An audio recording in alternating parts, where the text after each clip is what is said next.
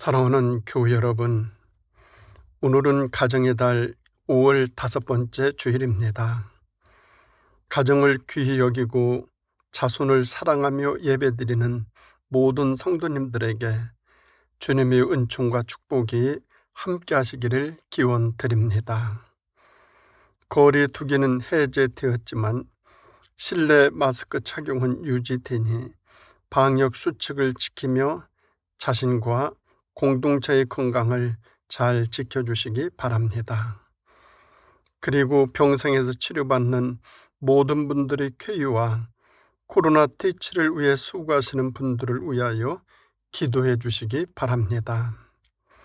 가정의 달 5월 5번째 주간, 자손을 사랑하고 귀히 여기는 복된 주간 다 되어질 수 있기를 간절히 바랍니다.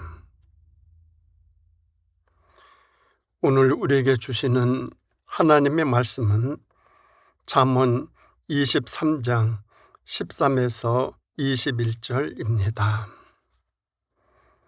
아이를 훈계하지 아니하려고 하지 말라. 채찍으로 그를 때릴지라도 그가 죽지 아니하리라. 네가 그를 채찍으로 때리면 그의 영혼을 수울에서 구원하리라. 내 아들아, 만일 네 마음이 지혜로우면 나 곧 내 마음이 즐겁겠고, 만일 네 입술이 정직을 말하면 내 속이 유쾌하리라. 네 마음으로 주인의 형통을 부러워하지 말고 항상 여호와를 경외하라. 정령이 네 장래가 있겠고 네 소망이 끊어지지 아니하리라.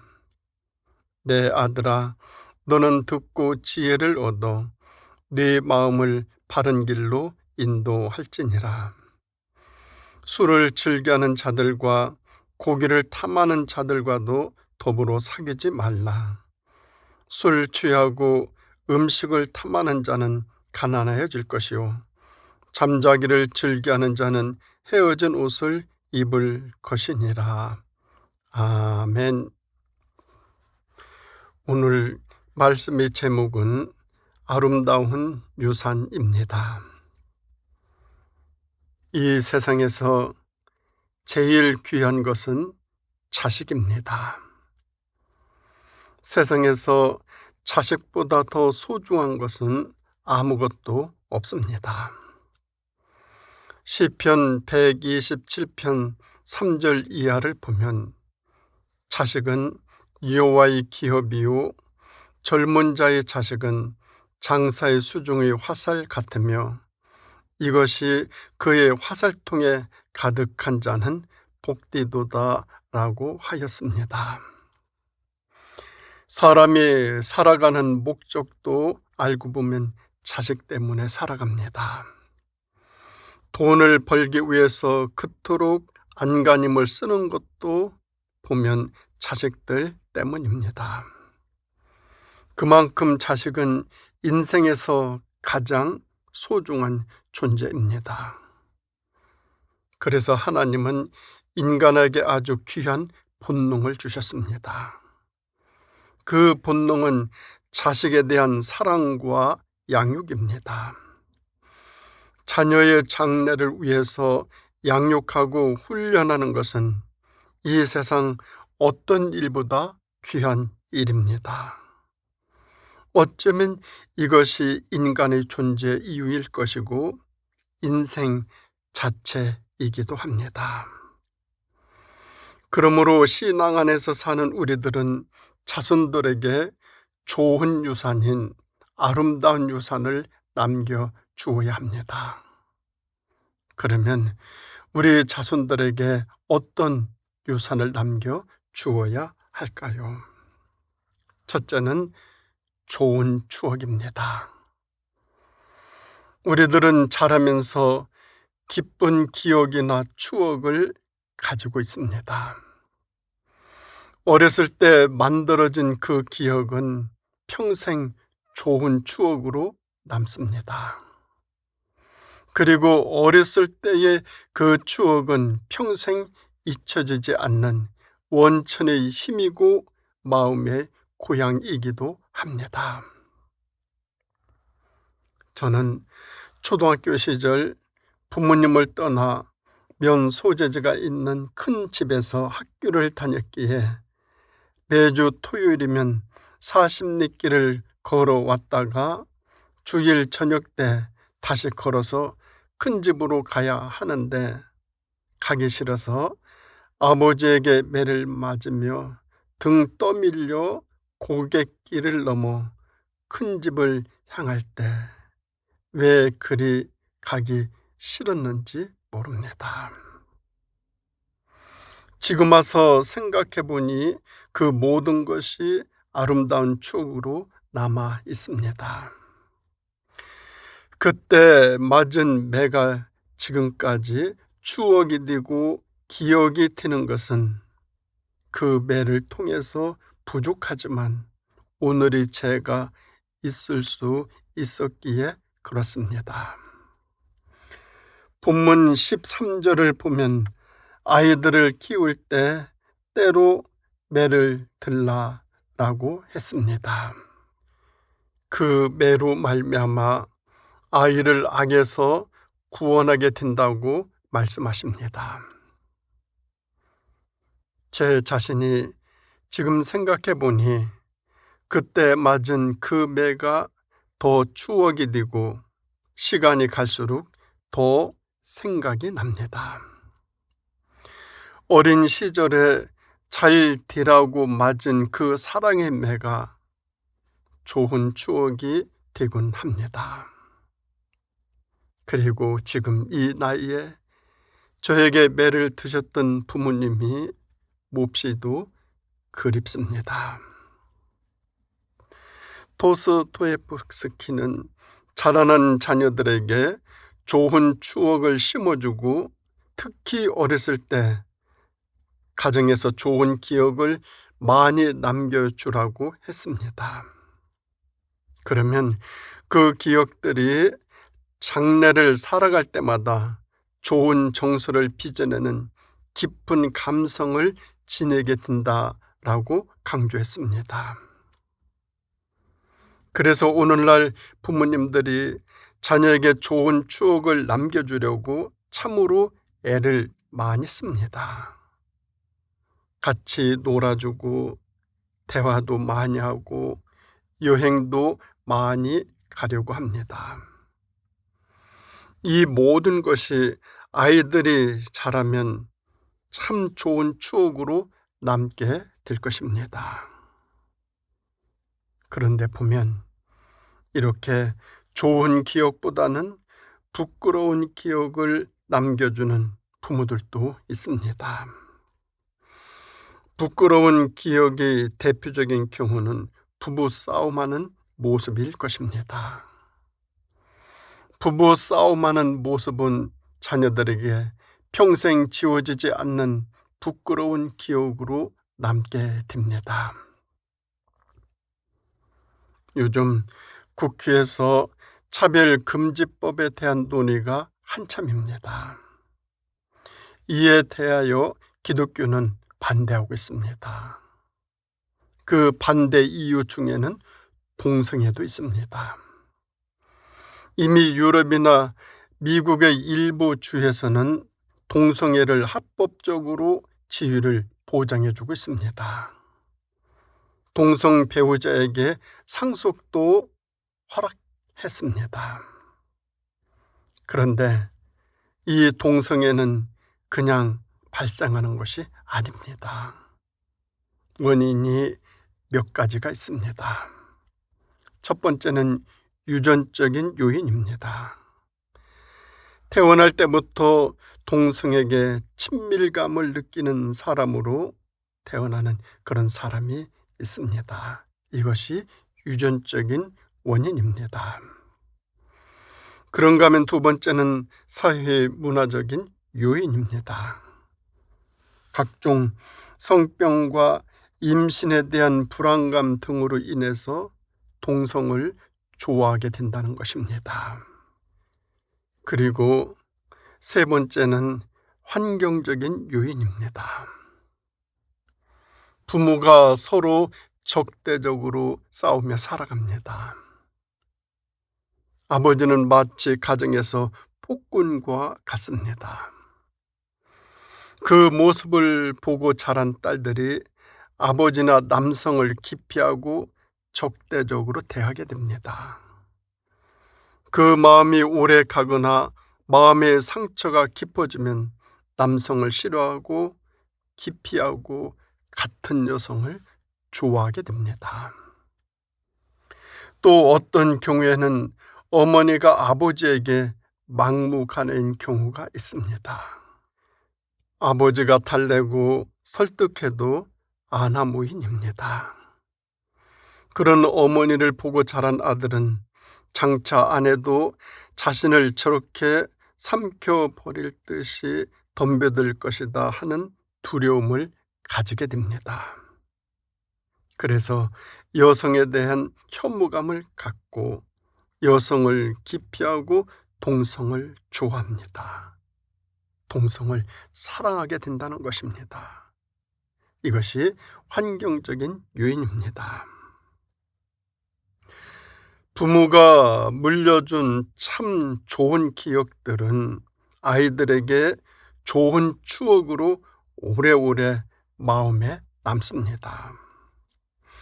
부모님들이 주일을 성수하며 예배드리는 모습, 그리고 엄숙하게 기도드리는 모습, 진지하고 어른들을 존중하는 모습, 남을 열심히 돕는 그런 모습 등은 쉽게 자녀들이 잊혀지지 않습니다. 그런 모습을 부모님들이 자녀들에게 남겨주면 자녀들의 마음속에 상당한 영향을 미치게 될 것입니다. 자라나는 자손들에게 좋은 기억과 추억을 남겨주는 것은 자손들이 세상을 살아가는 소중하고 귀중한 아름다운 유산이 될 것입니다. 그런가 하면 두 번째로 아름다운 유산은 좋은 습관입니다. 오늘 본문 20절 말씀을 보면 술을 즐겨하는 자와 고기를 탐하는 자와는 사귀지 말라라고 했습니다. 세상에는 좋은 풍조도 있지만 나쁜 풍조도 많습니다. 물질을 지나치게 탐하는 사람이 있습니다. 또 먹고 마시는 일에 탐하는 그런 사람도 있습니다. 사람들이 날마다 이유를 만들어 먹고 마시는 이 풍조를 즐기며 살아갑니다. 이것을 좋은 풍조라고 신앙인들조차도 흉내를 내며 살아가는 사람들도 있습니다. 그런가 하면 아이들을 기죽지 않게 해준다고 메이커만 고집하는 부모도 세상 풍조를 따르는 일입니다. 돈을 많이 들인다고 해서 다 좋은 것도 아닙니다. 아이가 장성해서 첫 직장에서 첫 월급을 받았습니다. 얼마나 귀한 월급입니까? 내 자식이 커서 직장에 나가 첫 월급을 타왔다. 얼마나 소중합니까? 그때 이것은 너무나 귀한 것이니 그것을 뜻 있는 곳에 드리자라고 한다면 얼마나 더 향기가 나겠습니까? 가장 의미 있는 것을 뜻 있는 곳에 쓰는 것을 가르칠 때 그 자녀는 더 보람되고 가치 있는 삶을 살아가게 될 것입니다. 돈을 함부로 쓰게 되면 인생이 쉽게 망가지기에 더더욱 그리합니다. 그리고 신앙도 아름다운 유산으로 물려주어야 합니다. 그래야 그 아이가 부모가 세상을 떠난 후에도 스스로 자신을 지키는 신앙인이 될 수 있습니다. 인생의 궁극적인 목표는 단 하나, 하나님밖에 없습니다. 여러분이 살아가다가 절박한 순간을 만나보십시오. 그때 누굴 믿고 찾아가겠습니까? 아무도 없습니다. 오직 하나님밖에 없습니다. 그것을 자라나는 자녀들에게 가르치고 알려주고 그 힘을 의지하며 살아가게 하는 좋은 생활의 습관을 아름다운 유산으로 물려줄 때 그 자녀들은 아름다운 삶을 영위해 나가게 될 것입니다. 그런가 하면 세 번째로 아름다운 유산은 높은 생애의 목표입니다. 본문 17절을 보면은 너는 죄인의 형통을 부러워하지 말고 네 하나님을 경외하라 말씀하셨습니다. 때로 이 세상에는 부정을 저지르는 사람이 형통하는 경우를 보게 됩니다. 그때는 참 속이 상합니다. 그런데 성경은 그런 것을 부러워하지 말고 하나님을 의지하라고 말씀하십니다. 그 말은 하나님이 주시는 형통이 최고의 복이라는 말씀입니다. 한순간 성공하고 복을 받은 것으로 알고 부러워하지만 그 성공은 곧 시들게 되는 것을 보게 될 것이라는 말씀입니다. 새 정부가 들어서면 높은 자리에 앉는 사람들이 나옵니다. 그래서 모두로부터 부러움과 박수를 받습니다. 그런데 그 정부가 끝나면 교도소에 갑니다. 그러면 그것이 무슨 성공입니까? 그것은 절대 성공이 아닙니다. 그래서 성경은 하나님을 경외하라고 했습니다. 하나님을 경외하는 것이 최고의 복인 아름다운 유산이라는 것을 알게 해 주어야 합니다. 이 아름다운 유산이 보다 높은 생애의 목표이기도 합니다.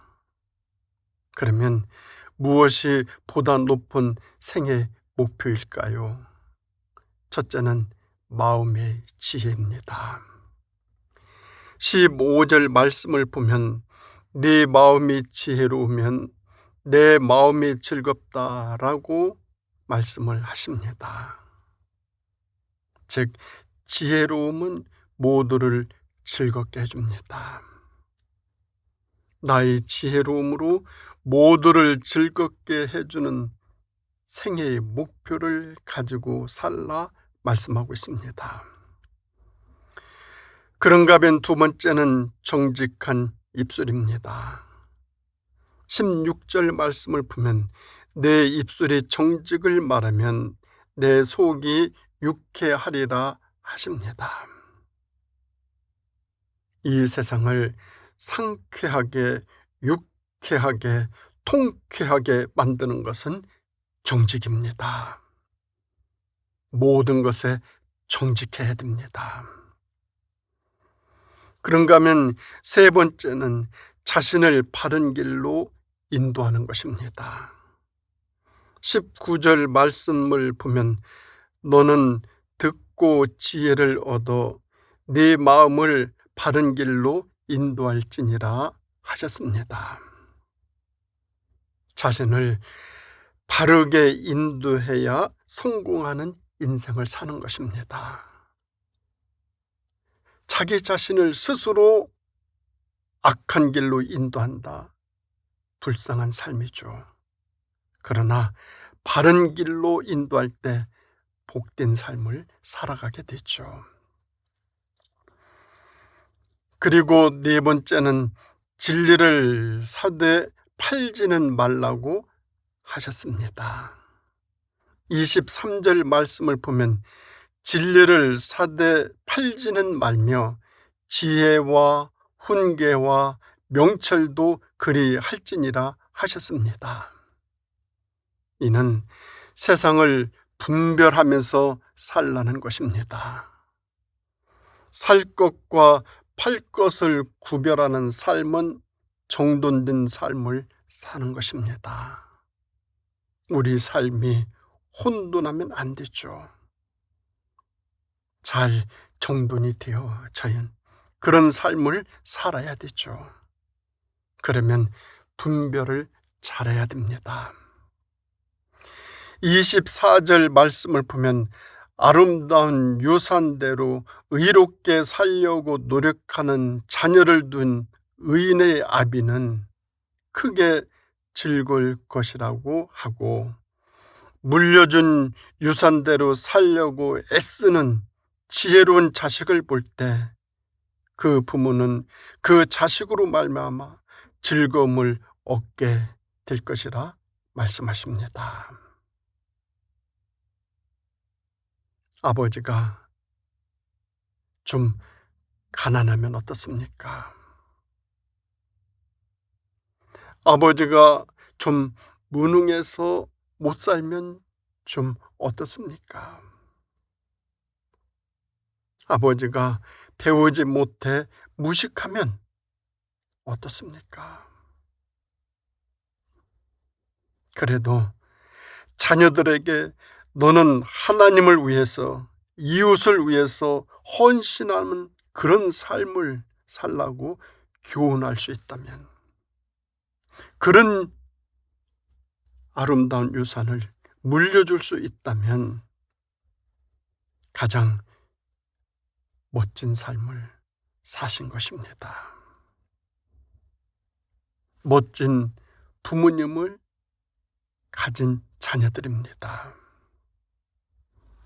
사랑하는 우리 성도 여러분, 사랑하는 우리 자손들 얼마나 귀하고 귀합니까?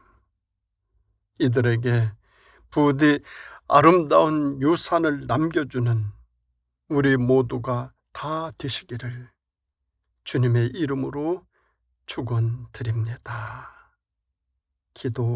기도드리겠습니다.